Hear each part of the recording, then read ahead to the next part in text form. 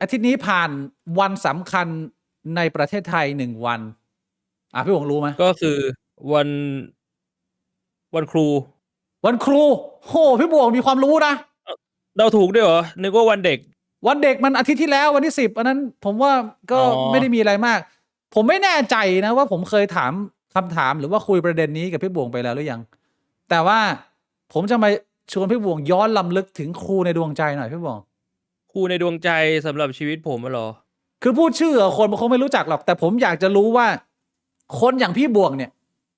มีครูในความทรงจำที่ประทับใจไหมที่มันอาจจะมีผลต่อเราหรือเป็นแรงบันดาลใจแล้วเหตุผลอะไรที่เขาเป็นครูในดวงใจพี่บวงเอาจริงๆมีหลายคนนะที่ผมจำได้แล้วผมก็ประทับใจจริงเหรอเออแต่ว่าถ้าเอาคนได้แบบว่ายังอยู่ในแบบว่าพ่วงความคิดแล้วก็ยังจำชื่อได้เนี่ยก็คงจะเป็นบราเตอร์ซิมิออนเพราะว่าล่าสุดไงเรียนมหาลัยใช่ไหมบราเตอร์ซิมิออนพี่บิ๊กน่าจะได้เรียนด้วยนะเขาสอนวิชาเกี่ยวกับอะไรสักอย่างในไฟแนนซ์เหมือนกันอะก็คือเป็นบาทหลวงที่อายุเยอะๆใช่ไหมใช่เป็นบาทหลวงที่อายุเยอะไอ้เชี่ยโคตรชัดผมชอบครูคนนี้มากเลยคือคุณต้องนึกภาพเขาเป็นแบบน่าจะเป็นคนอเมริกาแหละเป็นบาทหลวงแล้วก็เป็นคนที่อายุเยอะมากแล้วแบบ80แล้วอะคือใช่ป่าววะน่าจะเยอะขนาดนั้นแหละน่าจะ80เหมือนเขาไม่เกษียณน่ะเขายังสอนอยู่ด้วยความที่เขาเป็นคุณต้องนึกภาพแบบผู้ชายแก่ๆหัวขาวทั้งหัวเลยเป็นคนผิวขาวใจดีคือเขาก็จะมีความเฮี้ยบในบางมุมแต่ผมรู้สึกว่าเขาเป็นครูที่แบบว่าเขาต้องการที่จะสอนนักเรียนจริงๆอ่ะแล้วเขาอธิบายหลายๆเรื่องได้แบบค่อนข้างดีคอนเซปต์ต่างๆเกี่ยวกับเรื่องของการเงินการลงทุนการทำธุรกิจอะไรเงี้ยเขาอธิบายค่อนข้างดีใช่ผมจำได้โอ้โหพี่บัวผมคนนี้ก็เป็นคนหนึ่งที่ผมนึกขึ้นมาในหัวเพราะว่าส่วนใหญ่ในชีวิตเรา 99% เราเรียนกับครูไทยแล้วมันมีโอกาสมากที่เราเรียนกับอาจารย์ที่แบบว่ามันเหมือนกับเป็นคนในระดับพวกมหาลัยชั้นนำจากอเมริกันเลยคือวิธีการพูดของเขาวิธีการสอนมันเข้าใจได้ทุกคนมันไม่ได้เข้าใจยากแล้วก็สามารถเข้าถึงเนื้อหาได้แล้วก็มีทรงมีความภูมิฐานของความเป็นครูอ่ะผมจำได้แต่ผมจำชื่อไม่ได้แต่คนนี้แหละเชี่ยก็ผมว่าเขาเป็นอาจารย์ที่เก่งแล้วเขาสอนมานานจนแบบว่าเขาก็อายุเยอะแล้วอ่ะแล้วถ้าเกิดว่าย้อนไปสมัยมัธยมมีไหมสมัยมัธยมเหรอก็คุณครูที่สอนวิทยาศาสตร์เราไงที่เราชื่อพ่อชื่อแม่เด็กอ่ะอันนั้นถือว่าเป็นครูในดวงใจพี่บุ๋ยเฮียไม่สำหรับกูอ่ะกูมองว่าเขาเป็นครูที่เข้าถึงเด็กนะก็คือไม่ได้มองว่าแบบเชี่ยทำไมมึงเชี่ยจังวะล้อชื่อพ่อชื่อแม่เด็กกูไม่รู้คนอื่นมองไงแต่กูรู้สึกว่าเขาแบบเชี่ยมันเหมือนคือตอนนั้นมันคงจะอิน GTO ด้วยหรอมั้งกูเห็นเขาเป็นเหมือนแบบอาจารย์ที่แบบเขาไม่ถือตัวว่าเขาเป็นอาจารย์อ่ะเขาเล่นกับเด็กอะไรแบบเนี้ยเด็กก็เล่นคุยกับเขาเหมือนเพื่อนแล้วคือกูเรียนพิเศษกับเขาไงกูก็จะเห็นในมุมที่ว่าแบบเด็กสนิทกับเขาจนแบบเด็กก็ด่าเขาแล้วเขาก็ไม่ได้ถือตัวนึกออกปะมันเลยเหมือนแบบมันเป็นความรู้สึกว่าแบบเชี่ยครูคนนี้แม่งไม่ถือตัวมันไม่ใช่ครูมันเป็นเหมือนเพื่อนที่เขาแบบว่ามาแบ่งปันความรู้เราอะไรเงี้ยในมุมกูมองงั้นกูก็ไม่รู้นะว่าก็มีมุมดีจริงๆแล้วอ่ะเขาเป็นคนยังไงแต่ภาพที่กูเห็นมันเป็นแบบนั้นเฉยๆมี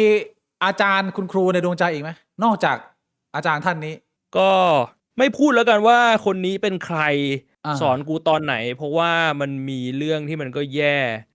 ก็คือกูรู้สึกว่าเขาเป็นครูที่ใจดีมากแล้วก็ตั้งใจสอนนักเรียนแต่สุดท้ายอ่ะเขาโดนไล่ออกเพราะว่าไปโกงเงินอาจารย์ท่านอื่นโกงเงินโรงเรียนอันนี้คือมันเลยทำให้แบบคือสุดท้ายอะกูมองในมุมที่ว่าไอ้เชี่ยคนเราแม่งมันก็รู้หน้าไม่รู้ใจว่ะแล้วก็ทำให้มานั่งเกิดคำถามที่ว่าถ้าเป็นแบบเนี้ยเราจะยังรักเขาอยู่ไหมเพราะเขาก็ทำดีกับเรามากหรือเราควรจะเกลียดเขาเพราะว่าเขาก็ทำเรื่องแย่เขาก็ทำเรื่องผิดกฎหมาย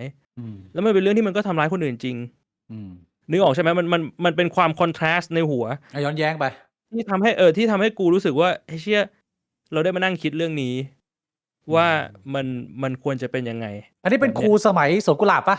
ไม่อยากพูดไม่อยากให้แบบว่าไม่อยากระบุเลยนะคุยใช่เพราะว่ากลัวแบบว่ามีคนไปหาตัวไปได้แล้วเขาจะกูไม่รู้ด้วยซ้ำว่าเขา เสียหรือยังถ้าจะให้พูดตรงๆ คือก็ไม่ได้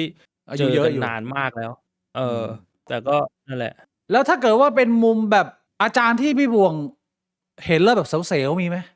พี่บ่วงจินตนาการแอบเสียว แอบชอบ แอบแบบว่า แอบเอาไปคิด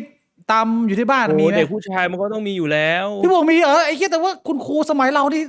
ส่วนใหญ่เป็นรุ่นพ่อ รุ่นแม่ รุ่นยายหมดเลยนะ มันจะไม่มีสักคนเลยเหรอพี่บิ๊ก ที่แบบว่าเป็นแบบ เขาเรียกว่าอะไรอะ คุณครูที่แบบว่าช่วงเราอยู่ ม.ปลาย แล้วเขาเป็นนักศึกษามหาลัยจบใหม่มาเป็นคุณครูพิเศษ ครูฝึกสอนอะ พี่บิ๊กไม่มีเหรอ? ไอ้เชี่ย ตอนเราเรียนอยู่วัดสุทธิมีเหรอพี่บ่วง? ส่วนใหญ่ก็เป็นคุณป้าหมด ของ อะ ผมมีที่สวนกุหลาบมีไง อ๋อ แสดงว่าพี่บ่วงมีเป็นอาจารย์ที่พี่บ่วงแอบเสียวอยู่ ก็ต้องมีทุกคนหรือเปล่าวะ? เฮ้ย คื เด็ก อ ผู้ชายอะ ผมว่าอันเนี้ยเป็นสิ่งหนึ่งที่ผมอยากจะมานั่งพูดคุย คือเป็นความแตกต่างของเจเนอเรชันด้วยแหละ คืออ อืม คุณครูยุคเราอะที่เราเติบโตมา มันเป็นเหมือนรุ่นสุดท้ายของคุณครูแบบดั้งเดิมอะ แบบ traditional อือะ ม นึกภาพออกไหม? ยังแบบ เออ ยังใส่ชุดไทยอยู่ แล้วก็มีระเบียบเยอะ ๆ ห้ามเอาเสื้อออกนอกกางเกง อะไรอย่างเงี้ย ซึ่ง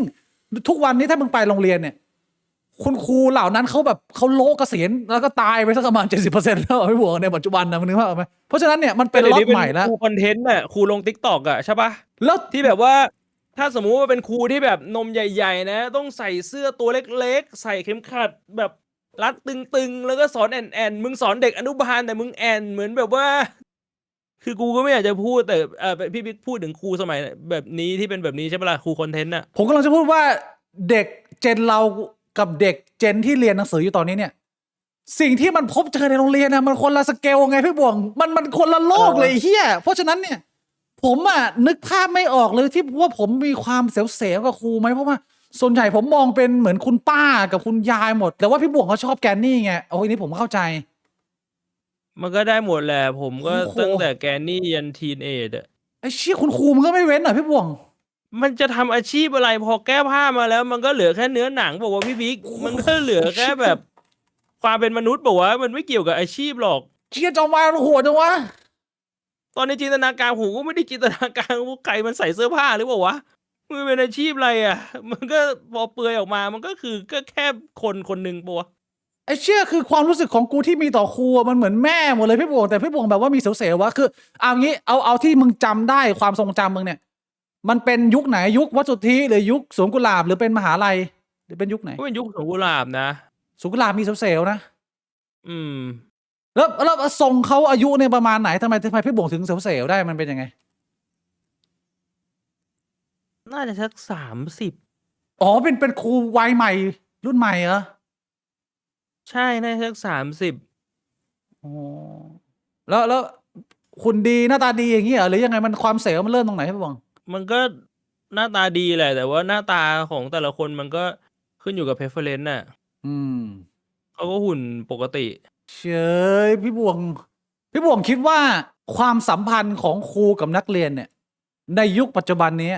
ยังเป็นเรื่องไม่เหมาะสม ไม่ควรอยู่ไหม? เพราะว่าถ้าเกิดว่ามึง มัน ถา ก็ม เป็นเรื่องไม่ควร ถามยุคเราเนี่ย แน่นอนคำตอบมันคือไม่ควร แต่ถ้าเกิดว่าเป็นยุคนี้เนี่ย ความรู้สึกแบบนี้ หรือค่านิยมแบบนี้มันเปลี่ยนไปไหม? ระหว่างอาจารย์กับนักเรียน ผมว่ามันยังไม่เปลี่ยนนะ มันก็ไม่ควรนะ ทำไมอะ? ความรักมันต้องไม่มี มัน พรมแดนเหรอ มั พี น่ บ ก็ วง? เป็นความแบบว่า อย่างน้อย ๆ มันเป็น conflict of interest เปล่า? ถ้าสมมุติเป็นครูเป็นศิษย์กันเนี่ย แล้วแบบว่าอยู่ในความสัมพันธ์น่ะ ก็อาจจะแบบว่าทำให้เขาปล่อยเกรด อะไรอย่างงี้ไง อืม แต่ว่าถ้ามองว่าแค่อาชีพครูกับนักศึกษา สมมุติผมเป็นคุณครู อา แต่ผมไม่ได้สอนที่มหาวิทยาลัยอัสสัมชัญ ผมอยู่สอนที่มหาลัยอื่น ผมสามารถคบกับนักศึกษาที่มหาวิทยาลัยอัสสัมชัญได้ไหม? อ้าว นี่ไผง มอายุ ไม่รู้ 36 อะ นักศึกษาอายุแบบ 20 เงี้ย แบบนี้ผิดไหม? คือถ้าพี่บวก คำถามพี่บ่วงคือต้องเป็นต่างมหาลัยเหรอ? ไม่ อันนี้คือที่ยกตัวอย่างในระดับมหาลัย เพราะว่าอายุมันก็เกินแล้วไง เออ ใช่ไหม? อา แล้วพอมันเป็นต่างมหาลัย มันก็ไม่มี conflict of interest ไง ผมก็ไปให้เกรดแฟนผมไม่ได้ถ้าคบกัน อา แบบเนี้ย นึกออกใช่เปล่า? เพราะฉะนั้นต่อให้ เออ ถ้า ยกตัวอย่างพี่บ่วงเนี่ย เป็นมหาลัยเดียวกันก็ได้ แต่ว่าไม่ได้เป็นคลาสพี่บ่วง คือเป็นนักเรียนที่มึงไม่ได้สอนน่ะ ถ้าเป็นมหาลัยเดียวกันก็ได้ แต่เป็นนักเรียนที่เราไม่ได้สอน แต่แบบนี้เราอาจจะแบบว่าไปคุยกับอาจารย์แบบนั้นได้หรือเปล่า? ผมก็ไม่รู้ แต่เอาง่าย ๆ ว่ามันไม่มีผลกระทบอะกับเกรดอะ แบบเนี้ย ถือว่าผิดไหม เอ้าถือว่าผิดไหมพี่บวงอ่ะในมุมพี่บวงอ่ะ อันในมุมผมอ่ะผมก็ไม่ผิดนะ แต่ผมว่าถ้าถามสังคมส่วนใหญ่ก็จะเฮ้ยแปลกๆว่ะมันใช่เหรอครูคบกับเด็กนักศึกษา พี่บวงมองว่าถ้าไม่มี conflict of interest ความสัมพันธ์แบบโรแมนติกระหว่างครูกับอาจารย์มีได้ มันก็สุดท้ายมันก็แค่คนสองคนน่ะ ผมก็เห็นด้วยนะ ผมก็เห็นด้วยนะ ถ้าเกิดว่ามันไม่มี conflict of interest เหมือนกับมีคนตั้งคำถามในบิ๊กบวงกรุ๊ปในที่ผ่านมาเขาถามประมาณนี้เหมือนกัน อย่างถ้าเป็นความสัมพันธ์ของหัวหน้ากับลูกน้อง อย่างเงี้ยเป็นแฟนกันได้ไหม มันก็นั่นแหละมันมี conflict of interest ไงใช่ไหมก็ไม่ควร แต่ว่ามันก็อยู่วิธีการปฏิบัติตัวของมึงด้วยไหมถ้าเกิดว่ามึงไม่ได้ treat หรือว่าเรื่องพวกนี้มันเป็นเรื่องของ perception ของสังคม ว่าต่อให้มึงจะเป็นหัวหน้าที่แฟร์แต่คนอื่นเขาจะมองไม่ดีเหรอหรือยังไงพี่บอกว่า ใช่ผมรู้สึกว่าคือถ้าเป็นในสภาพแวดล้อมของการทำงานแล้วอะอาจจะไม่ได้เป็นทุกบริษัทป่ะแต่ผมว่าบางบริษัทเขาจะกำหนดไว้เลยไงในองค์กรอะว่าแบบเฮ้ยคนในองค์กรห้ามแบบว่ามีความสัมพันธ์ชู้สาวแบบนี้ป่ะ ไอเชี่ยมีด้วยเหรอวะส่วนใหญ่คนในออฟฟิศก็ปี้กันชิบหายไปป่วงก็เยอะอยู่นะพี่บวงแต่ก็แอบไงแอบปี้อะส่วนใหญ่เขาก็แอบป่ะมันมีอยู่แล้วแต่แบบสุดท้ายมันห้ามได้เหรอเรื่องพวกเนี้ยก็ใช่ไงมันก็แอบปี้กันอ่ะเชื่อเพราะฉะนั้นในเรื่องของคุณครูก็คือถ้าไม่มี conflict of interest ความสัมพันธ์มีได้พี่โบไม่ได้รู้สึกว่ามันเกินเลยวัฒนธรรมหรือศีลธรรมจรรยาใช่สำหรับผมก็คือก็เลยเกณฑ์อายุมาแล้วมันจะอะไรอีกวะก็จริงนะผมว่าพี่โบก็พูดถูกเพราะนั้นถ้าเกิดว่าจะมีเสียวๆเนี่ยมันอาจจะต้องหลบหน่อยเราต้องแบบแอบทำใช่ไหมพี่โบมันก็เป็นทุกอาชีพมันไม่เกี่ยวกับครูนักเรียนมันก็ทุกอาชีพมันก็ไม่มีใครมานั่งปี้กันในที่สาธารณะป่ะหมายถึงว่าไม่ให้คนอื่นรู้อะไรประมาณนี้ไม่ใช่กิจกรรมแบบว่าต้องแบบเก็บเป็นความลับอะไรอย่างนี้ไม่ก็ถ้าอย่างนั้นก็แสดงว่าเรามองว่าสังคมไม่แอปพรูฟใช่ปะล่ะถ้ามองว่าแบบความสัมพันธ์มันก็ต้องแบบคบกันแบบหลบซ่อนๆอย่าถ่ายรูปด้วยกันลงโซเชียลมีเดียอะไรแบบนี้อันเนี้ยสมมติว่ายกตัวอย่างเอาแบบสถานการณ์จริงเลยพี่บวงเป็นอาจารย์มหาวิทยาลัยแล้วพี่บวงปิ้งกับนักศึกษาคนหนึ่งแล้วก็สุดท้ายไปแอบเซเลบสกีฟเนี่ยพี่บวงไปเอาจูไปจิ้มเขาเนี่ยแล้วพี่บวงจะเปิดเผยความสัมพันธ์ไหมแต่ว่าไม่มี conflict of interest นะอยู่คนละคณะเลยไม่เกี่ยวกันเลยแล้วพี่บวงก็แบบว่าเป็นอาจารย์หนุ่มใหม่อายุ29เลยนะแล้วนักศึกษาเขา21แล้วก็เรียกว่ามันไม่ได้ผิดกฎหมายอะไรพี่บวงนิสัยมึงเปิดความสัมพันธ์มึงไหมมึงหรือว่ายังไงก็เปิดนะถ้าแบบนั้นผมก็เปิดนะพี่บวงก็เปิดเลยสบายแต่ว่าคือไอ้เปิดนะที่นี้ผมก็ไม่ได้จะไปเป่าประกาศใครไงผมก็แค่แบบถ้าสมมุติผมไปหาเพื่อนเงี้ยผมก็แบบว่าบอกแฟนถ้าแฟนเขาอยากไปก็ไปเขาบอกเนี่ยคบกับคนนี้อยู่มันก็ไม่ได้จะแบบว่าปกปิดแต่เราก็ไม่ได้จะไปเป่าประกาศปะวะนิสัยเราเป็นแบบเนี้ยไม่เรื่องขี้ปากชาวบ้านบอกเฮ้ยอาจารย์คนนี้แบบเอานักเรียนอะไรอย่างงี้พี่บอกไม่แคร์นะช่างแม่งก็เรื่องของแม่งของแม่งนะชัดเจนนะแล้วแต่มุมมองของหลายท่านนะทีนี้ใครที่เป็นผู้เป็นคนมาได้ทุกวันนี้เพราะมีอาจารย์สักท่านหนึ่งนะเป็นคนที่ไม่ได้เป็นคนในสายเลือดเราแต่ว่ามีความรักมีความเอ็นดูแล้วก็ห่วงใยเราแล้วก็เตือนจนเราไม่เหลวแหลกนะก็ล้ำลึกหรือว่ามีโอกาสทักทายคุณครูก็ใช้ช่วงเวลานี้นะลองโทรไปเช็คดูเพราะว่าคุณครูเราก็น่าจะใกล้ตายกันหมดแล้วพี่บวงเชื่อผมมีครูคนหนึ่งอ่ะแต่ผมไม่รู้พี่บวงรู้จักหรือเปล่าพี่บวงน่าจะไม่รู้จักครูวสุทธิแต่ผมมาสนิทกับอาจารย์ตอนม.ปลายไงมันก็เลยแบบยากเป็นครูในดวงใจผมเลยแต่ว่ามันมีหลายท่านนะชื่อว่าอาจารย์สมศรีเนี่ยมึงดูชื่อไปก็โหดเลยไหมคือสมัยนี้มันคงไม่เจอชื่อนี้หรอกแต่ว่าแกเป็นอาจารย์เคมีที่บุคลิกเหมือนกับไอ้บราเธอร์ซิมิออนอะไรนี่ที่เอแบกมากเลยพี่บอกคือมีความเป็นครูโปรเฟชชั่นอลมากๆเขาสอนเคมีได้ดีมากแล้ววางตัวดีวิธีการอธิบายเล่าเรื่องเคมีเหมือนเป็นเนื้อเรื่องหนึ่งคือกูจำได้ว่าคลาสแรกที่เข้าไปเรียนน่ะอาจารย์ฟิสิกส์จะทำให้วิชามันดูน่ากลัวมากแต่อาจารย์สมศรีเขาทำให้เคมีมันดูน่าสนุกมันดูเป็นโลกแฟนตาซีอ่ะแล้ววิธีการเขามันน่าชื่นชมอีกอย่างหนึ่งคือทัศนคติที่เขามีกับเด็กเขาไม่เคยมองเด็กเป็นแบบว่า กูจะด่ากูจะล้อกูจะตีกูจะตบอะไรก็ได้ อาจารย์เขาวางตัวกับเด็กเป็นเหมือนผู้ใหญ่เลยเขาให้เกียรติเรา อื มาก ม ๆรอยยิ้มเขามีใน อืม ใบหน้าตลอด แล้วผมรู้สึกว่าเขาเป็นเหมือนแบบอย่างของการเป็นครูมากๆอ่ะแล้วก็ความใจดีของเขาอ่ะมันผมแพ้ความใจดีนี้อันนี้ผมพูดเลย คือ อืม พี่บวงอ่ะไม่ได้สนิทกับผมตอนมปลายแต่ว่าถ้าพี่บวงได้เจอสภาพผมตอนมปลายเนี่ยพี่บวงจะรู้เลยว่าไอ้เด็กขี้เนี่ยไม่มีอะไรถูกระเบียบสักอย่างหนึ่งผมเนี่ย อืม ผิดแม่งทุกอย่างเลย เสื้อของผมเนี่ย คืออันนี้ผมไม่ได้ตั้งใจนะ แต่ว่าแม่ผมอ่ะจะซื้อเสื้อไซส์ผมแต่ว่าบวกไป17บวกเพิ่มไว้เพราะว่าเผื่อแม่งโต เพราะฉะนั้นเสื้อของผมเนี่ย มันจะเป็นเหมือนเสื้อแขนยาวหมดทุกตัวเลย สมัยกูเรียนส่วนใหญ่มันจะเป็นเสื้อแขนยาว แล้วมันจะไม่ถูกไซส์แล้วกางเกงก็ใหญ่อะไรเงี้ยแล้วรองเท้ากูอ่ะกูมีอยู่คู่เดียว แล้วมันเปื่อยมันยุ่ย เพราะว่าเราเล่นกีฬา จน เออ ขอบรองเท้าเนี่ย ด้านหลังเนี่ยมันหลุดออกไปแล้ว เพราะฉะนั้นรองเท้านั มั ก น เรียน พัง กู หมดละ มันเหมือนรองเท้าแตะพี่บวง คือสภาพสภาพการแต่งกายของกูเนี่ย เรียกว่าเจออาจารย์นะโดนด่าตลอด แต่ว่ากูเป็นเด็กเรียนดีไง แล้ว เออ ผมก็ผ่านอาจารย์มาคนแล้วคนเล่านะส่วนใหญ่ผมก็จะโดนตำหนิ แล้วเหมือนกับความ อืม เป็นเด็กผู้ชายในวัยแบบวัยกำลังกัดมันอะวัยเจียวกำลังตั้งแบบว่าไม่สนเวลา พอเราโดนตำหนิมามันไม่ได้สร้างความเปลี่ยนแปลงอยากให้เราเปลี่ยนตัวเองไงคือมึงยิ่งด่าใช่ไหม มันเป็นวัยขบฏอ่ะ เป็นวัยขบฏมึงยิ่งว่ามึงยิ่งถบถุยกูด่าพ่อแม่กูไม่มีตังค์เหรอไม่ซื้อเลยคือมันไม่ใช่ประเด็นเว้ยแต่การที่มึงกูโดนแบบว่าโดนถมถุยโดนด่าไปถึงพ่อแม่อย่างเงี้ยสภาพกูมันยิ่งแบบว่า เริ่มเละขึ้นไปเรื่อยๆพี่บอ เออ แต่ว่าพอกูมาเจอกับอาจารย์สมศรีอ่ะอาจารย์แกเป็นคนหนึ่งที่แกไม่เคยตำหนิเรื่องนี้เลย แกสนใจแต่สิ่งที่อยู่ในหัวเรา แล้วก็ เรา คำถาม ตั้ง ที่ ใจเรียนหรือเปล่า เราเข้าใจหรือเปล่าบทเรียน แล้วแกเปลี่ยนเราโดยการที่แกทำตัวเป็นคนที่แบบว่าน่าเคารพอ่ะกูเห็นความเป็นแม่สีแม่เรือนหรือความเป็นคนยุค traditional ของอาจารย์แล้วอะมันเป็นแรงบันดาลใจให้กูอยากจะแต่งตัวให้มันเข้าที่เข้าทางไว้พี่บวงเนี่ยกูอะเปลี่ยนพวกคนแบบนี้กูไม่ได้เปลี่ยนจากไอ้เชี่ยการเอาไม้เรียวมาไล่ตียึดรองเท้ากูไปเอากูไปด่า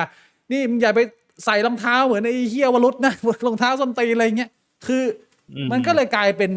หนึ่งในอาจารย์ที่ผมไม่เคยลืมมาตลอด แล้วผมก็หวังว่าถ้ามันเป็นโอกาสที่ดีสมมติว่าอาจารย์สมศรีชมผมอยู่นะฮะอาจารย์นั่งอยู่บ้านแบบเกษียณแล้วอะไรเงี้ยผมจำอาจารย์ได้เสมอผมไม่เคยลืมนะขออนุญาตสวัสดีอาจารย์ไม่ผมว่าอาจารย์คงไม่ดูหรอกแต่ว่าเผื่อมันเป็นไปได้พี่บวงเผื่ออาจารย์ดูอาจารย์นั่งเล่น YouTube นะอาจารย์เป็นอาจารย์เคมีที่เก่งมาก แล้วก็เป็นคนหนึ่งที่ร่วมเขียนหนังสือเคมีของกระทรวงศึกษาด้วยคือมีชื่อแกอยู่ข้างในคือแกเก่งมากนะอันนี้คือคนหนึ่ง อืม กับอีกคนหนึ่งพี่บวงอาจารย์เอแบก อืม อาจารย์คนนี้ก็จี๊ดเหมือนกัน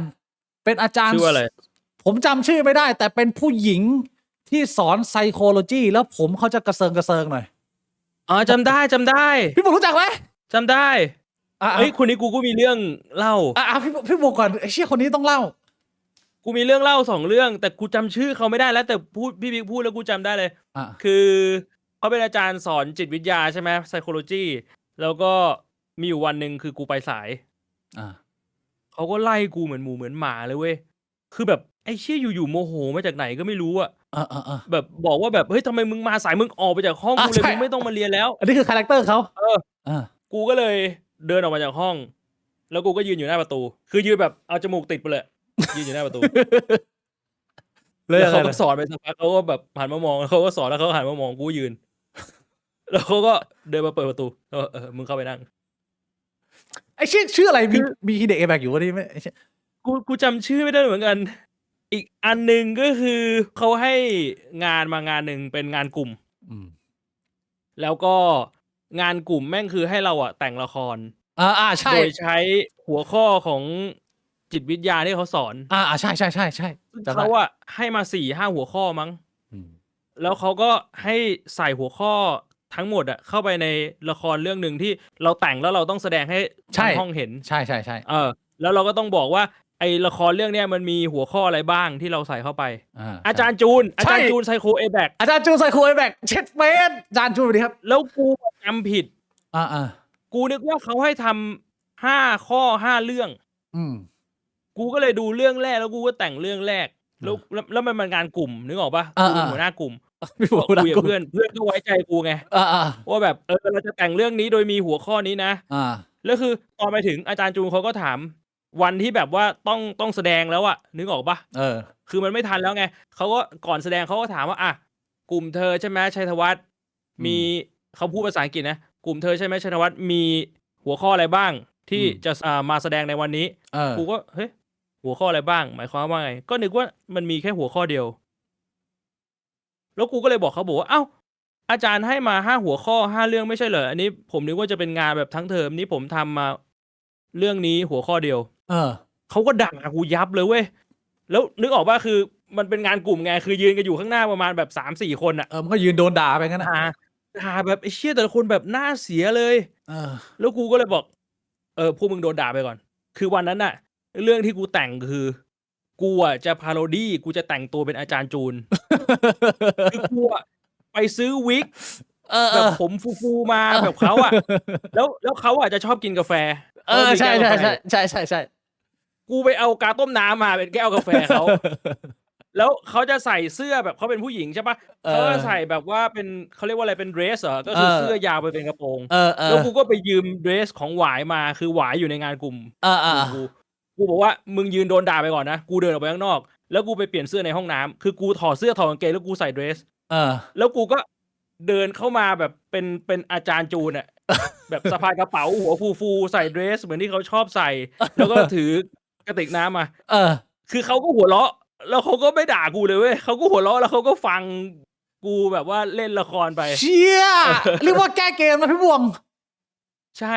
เชี่ย! จนเรียนจบอะ กูก็ไปถามเขาว่า ทำไมบางทีอาจารย์แบบว่าอยู่ ๆ ก็โมโหร้าย ก็ด่าขึ้นมา อะไรอย่างเงี้ย คือกูก็พยายามพูดคุยนะ อา เขาก็บอกว่า ในมุมของเขาที่เป็นอาจารย์ แล้วเขาเป็นอาจารย์จิตวิทยาด้วยเนี่ย เขาอยากจะดูว่าเด็ก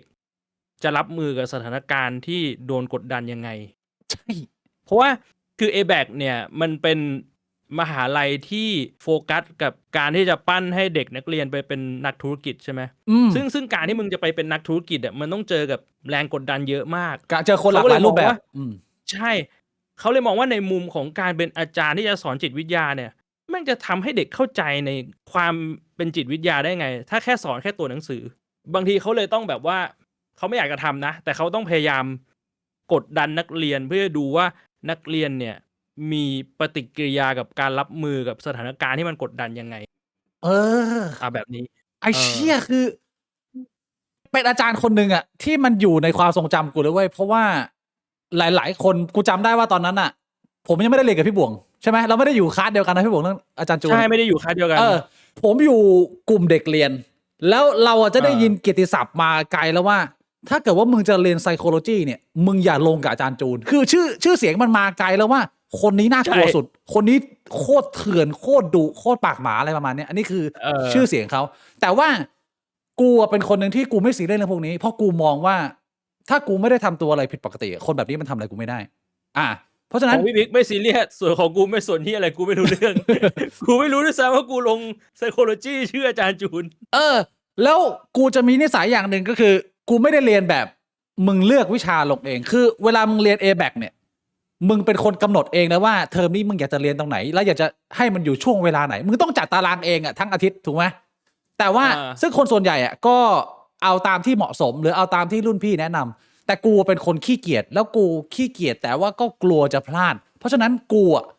จะเรียนตามบูราตินเป๊ะเลย คือไอ้เหี้ยบูราตินตอนเริ่มเข้า ABAC มา มันแนะนำว่าเทอม 1 เรียนอะไร เทอม 2 เรียนอะไรอะ กูเรียนตามนั้น แล้วกูไม่สนเลยว่าคนอื่นจะแนะนำว่า เฮ้ย วิชานี้มึงอย่าเอามาเรียนปนกับวิชานี้นะ มันจะหนักไปนะ กูไม่สน กูว่าบูราตินบอกให้กูทำเหี้ยอะไร กูทำตามนั้นอะ กูจะได้ไม่พลาด กูจะได้ไม่ลืมไง กูก็เรียนไปตามนั้น แล้วไอ้เหี้ยห้องของคาบของอาจารย์จูนเนี่ย คนมันลงน้อยมากเว้ย ส่วนใหญ่คนมันจะไปเทวิชาอื่น มันก็ทำให้ตอนที่มึงเวลาไปสมัครลงอะ ไปแย่งกันลงอะ มันไม่ยากมาก กูก็เลยมองว่าช่างแม่งดิ แล้วพอเราไปเจอ เราก็จะเห็นคาแรคเตอร์เลย คือเป็น เขาไม่ใช่คนไทยนะพี่บวง เขาเป็นคนต่างชาตินะคุณกิตล้วน ไม่ใช่คนไทย ใช่ ไม่ใช่คนไทย เป็นชาวต่างชาติ คือเขาจะเหมือนอาจารย์ เหมือนถ้าเกิดว่าเรานึกภาพหนังนะ มันจะเหมือนอาจารย์วิทยาศาสตร์ เป็นเหมือน geek nerd อะ ที่แบบว่าพูดจาแบบ แบบออกอารมณ์เยอะ ๆ มาก ๆ เลย ผงผางหน่อย ออกอารมณ์ ผงผาง ถ้ามึงมาสาย 1 นาทีโดนไล่ออก คือไม่สนหมูสนหมา มึงไป มึงผ มึงคุยในคาบเรียนนะมึงไปคือเขาจะคุม เออ ห้องเรียนได้ดีมาก ซึ่งกูเป็นคนตั้งใจเรียนอยู่แล้วกูเป็นเด็กเรียนกูนั่งหน้าสุดกูไม่ได้มานั่งเล่นกูต้องการจะฟังอยู่แล้วกูประทับใจเพราะว่ามันไม่เหมือนกับที่ข่าวลือมันคุยกันคือไม่ใช่ดิต้องบอกว่าข่าวลือมันพูดถูกว่าอาจารย์แกดุแต่กูมองว่า ใช่ ไอ้เหี้ยที่เขาดุอ่ะเขามีเหตุผลเว้ยก็คือมึงคุยกันไอ้สัตว์กูก็มาเรียนไงแล้วถ้าเกิดว่ามึงไม่สนใจอ่ะมึงก็ควรจะโดนไล่ออกไปคือทุกคนมันควรจะมีวินัย แล้วตัวกูเองกูก็ไม่เคยโดนด่าแล้วประเด็นที่สองเนี่ยมันคือประเด็นเดียวกับพี่บ่วงก็คือถ้าเกิดว่ามึงเรียนจนจบแล้วอ่ะมึงจะรู้ว่าสิ่งที่อาจารย์ทำอ่ะมันไม่ใช่ความปากหมาหรือความไม่แยแสเว้ยแต่มันเป็นหนึ่งบทบาทที่แกสวมในฐานะของอาจารย์สอนจิตวิทยาซึ่งพอกูรู้จักแกจริงๆเนี่ยกูได้มีโอกาสคุยกับแกนอกคาบเชี่ยเป็นคนไนซ์มากคุยกับแบบเหมือนเพื่อนเวลากูเดินทางไปหลายประเทศเงี้ยคุยชิวๆซื้อขนมซื้อกาแฟให้กินใต้ตึกอะไรเงี้ยคือแบบเขามีอีกบทบาทหนึ่งที่เขาไม่เปิดเผยกับคนข้างนอกแล้วเขาเป็นคนที่ทำให้กูชอบวิชาจิตวิทยาเลยคือวิธีการนำเสนอวิธีการเล่าเรื่องหรืออธิบายไอเนี่ยที่ผมเคยเอามาเล่าสามเหลี่ยมอะไรนะไอ้มาสโลว์มาสโลว์ไฮรักีอาจารย์จูนี่แหละเป็นคนสอนไอ้เหี้ยที่มันกูยังจำมาจนถึงทุกวันนี้อันเนี้ยก็เป็นอาจารย์คนหนึ่งที่กูชอบมากๆเลยที่การเป็นอาจารย์เขากูรู้สึกว่าเขาใส่จิตวิญญาณลงไปหมดเปรียบเทียบกับอาจารย์อันนี้ก่อนที่ผมจะยกตัวอย่างอันนี้เราพูดถึงอาจารย์ที่เรามีความทรงจำนะพี่โบมีอาจารย์แบบไหนที่เป็น negative teacher ไหมคือแบบไอ้เชี่ยมึงอย่ามาเป็นอาจารย์เลยคนแบบนี้ มีตัวอย่างไหมมีลักษณะไม่ต้องพูดชื่อไงพูดลักษณะเขาเป็นอาจารย์ที่ไม่ได้สอนกูแล้วทำไมถึงเป็นแต่ว่าเขาก็เป็นอาจารย์ใน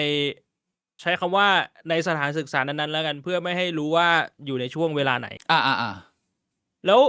คือกูเคยเล่าเรื่องนี้ไปหลายรอบแล้วกูพูดเลยแล้วกันคือ คนน่าจะจำได้คือไม่พูดชื่อแต่ว่าพูดว่าเป็นอาจารย์ตอนมหาวิทยาลัยแหละคือกูตอนมหาลัยพี่บิ๊กน่าจะจำได้คือช่วงหลังๆกูแบบว่าไว้หนวดไว้เขาเหมือนลิงผมลกลุงลังแบบเหมือนแต่ว่าพี่บิ๊กจบไปแล้วก็คือมันเป็นตอนที่ผมใกล้จบคืออาจารย์เขาไม่เคยสอนกูเลยแต่เขาวันที่สอนรับปริญญาเขาเดินมาแล้วก็เขาบอกกูว่าถ้าสมมุติว่าวันรับปริญญาถ้าไม่โกนหนวดโกนเครามาก็ไม่ต้องรับนะไม่ต้องเข้าห้องรับปริญญากูเลยแบบมันก็ทำให้รู้สึกว่าเราโดนปฏิบัติแบบว่าเลือกปฏิบัติทำไมคือแบบมันกูเรียนจบนี่มันเกี่ยวอะไรกับหนวดเคราวะมันก็ความพยายามความรู้ความสามารถกูหรือเปล่าอะไรแบบเนี้ยมันไม่เกี่ยวกับรูปลักษณ์ภายนอกคือกูก็ให้เกียรติกูก็แต่งตัวปกติกูก็ไม่ได้จะแก้ผ้าเข้าไปรับปริญญาอะไรแบบเนี้ยนะแต่ว่ากูเข้าใจคอนเซปต์ของ A-back คือต้องเป็นมาตรแบบนักธุรกิจไงต้องเรียบร้อยหน่อยต้องดูดีไงต้องเรียบร้อยไม่ดูยาจกนั่นแต่สุดท้ายกูก็มองว่าแบบมันก็ยังรู้สึกโดนเลือกปฏิบัติอยู่ดีโดนแบบเหมือนใช้ power abuse เหมือนเขามีอำนาจที่จะแบบสั่งเราอันนี้คือครูที่พี่บวงรู้สึกว่า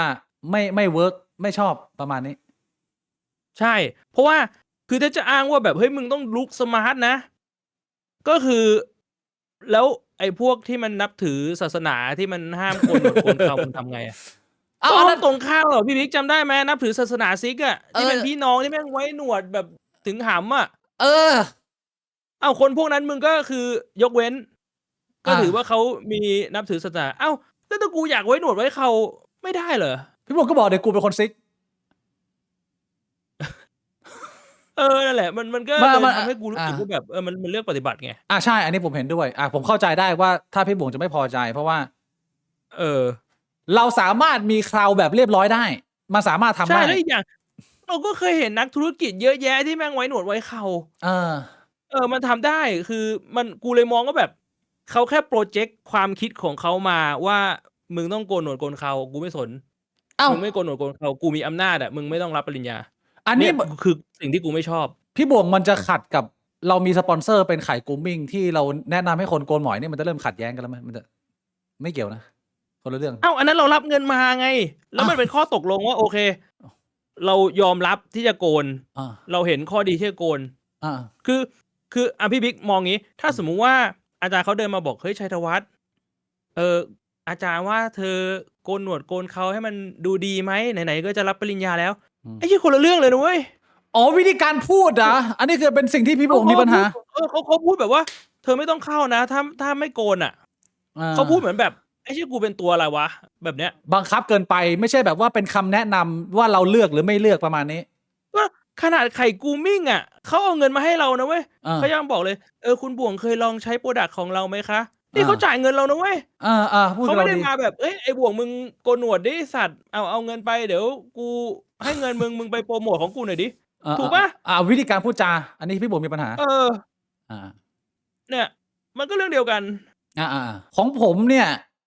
อาจารย์ที่ผมมีอยู่คนหนึ่งเหมือนกัน ที่ชื่อกูแบบว่ากูเหม็นหน้าแม่งมากๆเลย คือเป็นอาจารย์สไตล์อวดรวยพี่บวงคือสอนดีไม่ดีก็เรื่องหนึ่งอะแต่ Facebook แม่งทุกวันอะแม่งเราต้องถ่ายรูปตัวเองแล้วมันก็จะต้องมีเส้นโยงไว้ว่าที่มัดผมกูราคาเท่าไหร่เสื้อกูราคาเท่าไหร่กระเป๋ากูราคาเท่าไหร่รองเท้ากูราคาเท่าไหร่ แก้วราคาเท่าไหร่คือผมว่าเรื่องนี้มันไม่ใช่เรื่องที่ผิด แต่ว่ามันเป็นเรื่องของความชอบไม่ชอบส่วนบุคคลละสำหรับกูอ่ะมันไม่ได้ส่งต่ออะไรที่มันดูน่าชื่นชมไง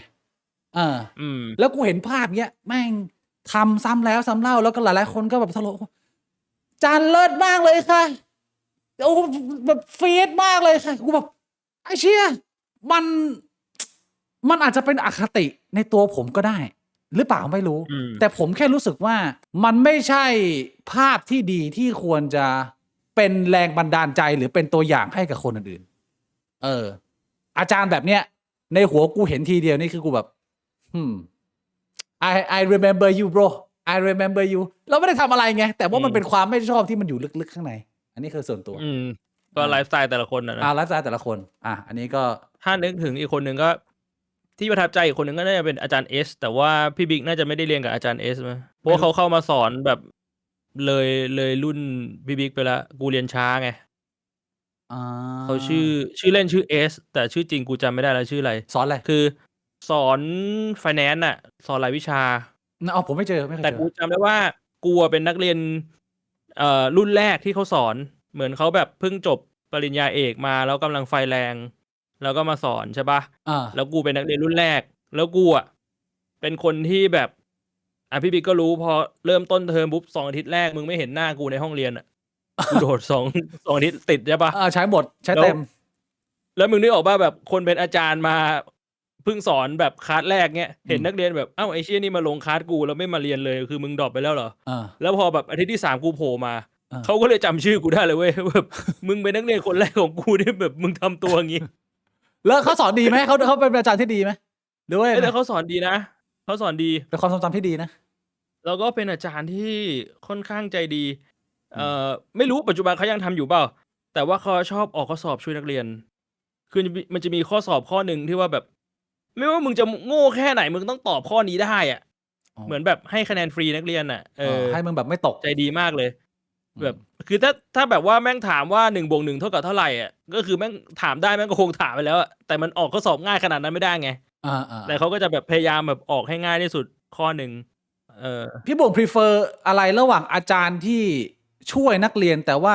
ตัวมึงไม่ได้ประโยชน์จากวิชานั้นกับอาจารย์อีกอันหนึ่งที่แม่งค่อนข้างยากแต่ว่าเขาต้องการให้มึงขวนขวายเพื่อผ่านเส้นแล้วพัฒนาองค์ความรู้ของเขาพี่บ่ง prefer อาจารย์คนไหนมากกว่าจริงๆกูชอบอย่างที่2มากกว่านะแต่ว่าอาจารย์เอสเนี่ยเขาก็ไม่ได้เป็นอย่างแรกนะเขาก็เป็นอย่างที่2คือในข้อสอบมันก็จะมีช่วยเล็กๆน้อยๆก็จริงแต่ว่าตอนข้อสอบเขาสอนดีมากแล้วข้อสอบข้ออื่นมันก็ไม่ได้แบบง่ายมันก็ยังเป็นข้อสอบที่วัดว่ามึงมีความรู้จริงๆหรือเปล่าแล้วกูจำได้ว่าเขาสอนวิชาสุดท้ายของ Finance ด้วยแต่กูจำชื่อวิชาไม่ได้ละที่มันเป็นวิชาที่มึงต้องเอาทุกอย่างของ Finance ที่มึงเรียนมาทั้งหมดมาผนวกกันมันชื่อวิชาอะไรนะจำไม่ได้แล้วพี่บิ๊กจำได้ไหมจำไม่ได้แล้วนานแล้วพี่บอกเฮีย10 กว่าปีของที่เราเรียนมันจะไม่มีทำตีสิทธิ์ใช่ป่ะองเทอร์เพเนอร์มันจะมีทำตีสิทธิ์ไม่ใช่องเธอนะไม่ใช่องเธอไม่ใช่องเธอคือมันจะเป็นวิชาที่แบบพอเดินเข้ามาอาจารย์แม่งบอกว่าวิชาเนี้ยคือเอาทุกวิชาที่เธอเรียนมาทั้งหมดมาพูดคุยกันเพราะฉะนั้นอาจารย์จะไม่สอนแล้วอาจารย์ถือว่าพวกเธอต้องรู้ทุกอย่างในไฟแนนซ์แล้วว่า แต่ว่าแค่มาแบบเอาทุกวิชามาผนวกแล้วมาแอพพลายแล้วมาคุยกันเป็นเคสสตัดดี้เขาจะสอนเป็นเคสสตัดดี้แล้วกูจำได้ว่ามันเป็นวิชาที่ทำให้กูรู้ตัวว่าไอ้เชี่ยกูไม่ชอบการเงินว่ะแต่มันคือวิชาสุดท้ายก่อนจบนึกออกใช่ปะ แล้วมึงนึกภาพออกปะวิชาสุดท้ายก่อนจบแม่งเอาทุกวิชามารวมกันแล้วแบบไอ้เชี่ยกูไม่ชอบอ่ะเพื่อนก็จบแล้วแต่ตอนนั้นพี่บงเริ่มสตรีมแล้วใช่แต่เริ่มสตรีมไปได้ปีกว่าแล้วเริ่มมายืนอยู่หน้ากล้องโชว์กระเจียวแล้วไม่ได้โชว์กระเจียวยืนอยู่หน้ากล้องโอเคแต่ว่าในชีวิตผมไม่เคยเจออาจารย์ที่ดูถูกผมเท่าไหร่นะโอ้โหพูดเรื่องนี้แล้วผมแวบเข้ามาเลยพี่บวงอันนี้ตอนแรกว่าจะจบเรื่องอาจารย์แล้วแต่อีกท่านอันนี้เป็นอาจารย์มัธยมต้นตอนที่ผมยังอยู่ห้องกะเลวกะลาดผมจำได้เลยผมเคยโดนอาจารย์คนหนึ่งดูถูกมากๆเลยคือเขาเรียกผมว่าไอ้แก่มันจะมีอยู่ประมาณเทอมหนึ่งอ่ะที่ไม่มีใครเรียกผมชื่อเลยเพราะอาจารย์คนเนี้ยเข้ามาแล้วเรียกผมว่าไอ้แก่ไอ้แก่เพราะว่าเขามองว่าผมเป็นเด็กแก่แดดย้อมผมบ้างอะไรเงี้ยแล้วเขาเป็นอาจารย์สอนคณิตศาสตร์ที่เก่งมากคือแกจีเนียสเรื่องคณิตศาสตร์มากและเขาจะชอบพูดจาดูถูกว่าไอ้แก่แต่โง่อะไรประมาณเนี้ยพูดไปเรื่อยจนมันมีวันหนึ่งอ่ะเขาต้องการจะเทสระบบกูพี่บวงซึ่งอันนี้ต้องย้อนความไปก่อนผมเคยบอกกันแล้วว่าพ่อผมอ่ะซีเรียสเรื่องการเรียนในระดับหนึ่งแต่พ่อผมซีเรียสแค่2 วิชา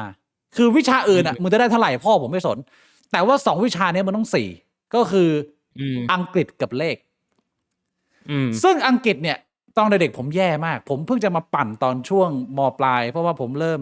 เรียนผ่านลิ้นอ่ะอันนี้เดี๋ยวอันนี้เป็นอีกเรื่องนึงพักไว้ก่อนแต่คราวนี้กำลังพูดถึงวิชาคณิตศาสตร์อยู่ตั้งแต่กูเด็กๆเนาะพ่อกูจะจ้างอาจารย์คณิตพิเศษมาที่บ้านแล้วกูจะต้องเรียนกับอาจารย์คนนี้3 ชั่วโมงทุกวันอาทิตย์แล้วอาจารย์คนนี้เฮี้ยคือโคตรโหดพี่บุ๋งคือโหดจนกูเกลียดอ่ะกูจำได้เลยว่าทุกวันเสาร์นะกูจะต้องไปห้องพระแล้วกูก็ต้องพนมมือแล้วกูบอกว่าไม่ว่าสิ่งศักดิ์สิทธิ์อ่ะจะอยู่ที่แห่งหนใดช่วยดลบันดาลให้อาจารย์เลขพวกนี้ป่วยหรือว่าไม่สบายหรือว่ารถยางแตกที่กูไม่อยากเจอเพราะว่ามันเครียดมากพี่บวงกูต้องนั่งเรียนกับพี่ชายกู3 ชั่วโมงนะแล้วคือแม่งจี้แบบเอามึงทุกเม็ดอ่ะแล้วการบ้านมึงได้แบบเป็นปึกได้แบบถ้ามึงไม่ได้นะสมมติว่าเขาให้มึงมา400 ข้อสมมติอาทิตย์ที่ผ่านมาให้มึงมา400 ข้ออาทิตย์นี้มามึงไม่ทำไป400 ข้อนี่ใช่ไหมไม่ใช่ว่าเจ้านะพี่บวงแม่งให้อีก400แล้วอีก400เดิมมึงต้องทำต่อเพราะฉะนั้นอาทิตย์หน้ามึงมี800ถ้าไม่มี800มันไปเดินคุยกับพ่อแล้วกูโดนบีบคือกูเกลียดมากแต่มันกลายเป็นว่าสิ่งที่มันได้คือกูเป็นเด็กห้องบวยที่เลขกูแม่งแบบแตงกอดมากพี่บวยเชียจนมันมีวันหนึ่งอาจารย์ท่านเนี้ยเขาต้องการจะทำให้กูขายหน้าต่อหน้าเพื่อนในห้องเขาบอกว่าไอ้แก่มึงพูดมากนะมึงโม้ปากเหม็นนะมึงยืนแล้วเขาก็เขียนสมการแยกทุกอย่างเป็นสมการแบบ x y แก้3 ตัวแปรอะไรประมาณนี้ประมาณว่าถ้าเป็นห้องเด็กห้องคิงไอ้แก้3 ตัวแปรมันไม่น่าจะเป็นเรื่องที่ยากเกินไปสำหรับคนทั่วไปแต่ไอ้เฮียเด็กห้องบวยมึงไม่มีทางทำได้อยู่แล้วแต่พี่บวงมึงนึกภาพกูผมสีแดงผมแบบว่าคล้ายๆเด็กคล้ายๆสกินเฮดแต่ว่าเป็นผมนักเรียนแล้วเขาเรียกไอ้แก่กูลุกขึ้นไปกูเดินไปแล้วกูหยิบไอ้เชี่ยช็อกใช่ไหมแล้วกูจ๊กคือแบบว่าเหมือนในหนังเลยวงคือกูแก้สมการนี้ด้วยความเร็วมากแล้วกูวางช็อกแล้วกูเดินเข้าไปแล้วเฮียเพื่อนในห้องแบบโอ้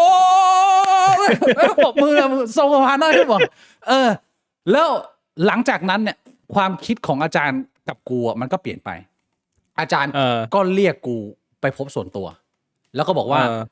ไอ้แก่กูว่ามึงมีความสามารถนะกูอยากจะเทรนให้มึงเป็นคณิตศาสตร์ไปแข่งโอลิมปิกไม่ใช่แข่งเลยแบบแข่งเป็นตัวแทนโอลิมปิกคือเป็นตัวแทนคนไทยก่อนไม่ได้ไปแข่งนอกนะแต่ตัวแทนไทยที่จะไปแข่งเขามองว่ากูมี potential ซึ่งกูไม่ก็คือเขาเห็นว่ามึงเก่งแต่ว่าเขาก็ยังเรียกมึงว่าไอ้แก่ใช่แล้วหลังจากนั้นก็เลยกลายเป็นว่ากูได้มีคลาสฝึกเลขพิเศษทั้งที่กูก็แบบว่าก็ที่บ้านก็คือฝึกมาจนอื่นแล้วแต่อาจารย์คนนี้ก็จะจัดชั่วโมงหลังเลิกเรียนอาทิตย์ละครั้งเนี่ยเขาก็จะเทรนเอาโจทย์พวกโจทย์โอลิมปิกมานั่งคุยมานั่งแล้วก็จะมีตัวแทนจากห้องคิง 2-3 คนอะไรเงี้ยที่กูไม่รู้จักก็จะมานั่งซ้อมด้วยกันก็เลยได้เป็นความสัมพันธ์แบบใหม่แล้วหลังจากนั้นพอรู้จักกันไปสักประมาณ3 ปี 4 ปีก็กลายเป็นว่า เขาก็ไม่ได้ดูถูกหรือว่าคิดว่าเราแย่ แต่กลายเป็นว่าเขาชื่นชม แล้วก็มองเราเป็นเหมือนม้ามืด แล้วก็เป็นความสัมพันธ์ของอาจารย์นักเรียนที่สุดท้ายแล้วมันดี กูยังมีโอกาสหลายๆครั้งกูไปพักคอนโดอะแล้วก็ลงไปกินไอ้เหี้ยข้าวมันไก่ตรงใกล้ๆบ้านกว่าด้วยวันนี้กูก็เจออาจารย์ใครนั่งกินอยู่เข้าไปทักจำได้อะไรเงี้ยเขายังเรียกกูไอ้แก่อยู่ที่เขาไม่เรียกกูบิ๊กหรือมนุษย์นะเรียกไอ้แก่อยู่ไอ้แก่เป็นไงสบายดีไหมอาจารย์ครับสวัสดีก็คือ มันเป็นความสัมพันธ์ที่มันเริ่มจากการดูถูก แล้วก็เปลี่ยนมาเป็นความสนิทสนมที่กูรู้สึกอบอุ่นมากก็ยังจำจานได้เสมอ แต่ว่าผมจำชื่อจานไม่ได้แล้วนะไม่รู้จานดูอยู่หรือเปล่าจานวันนี้ครับ